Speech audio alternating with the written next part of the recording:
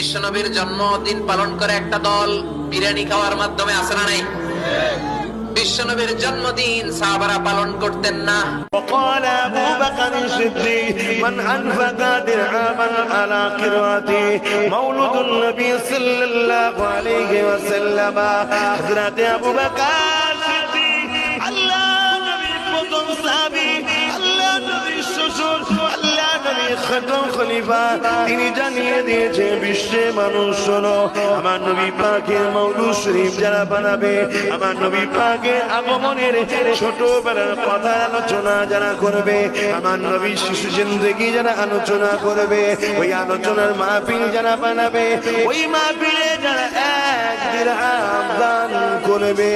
আমি আবু বকর জানিয়ে দিলাম কানা রাফিকি ফিল জান্নাহ ওই দাতারা আল্লাহ পাকের জান্নাতে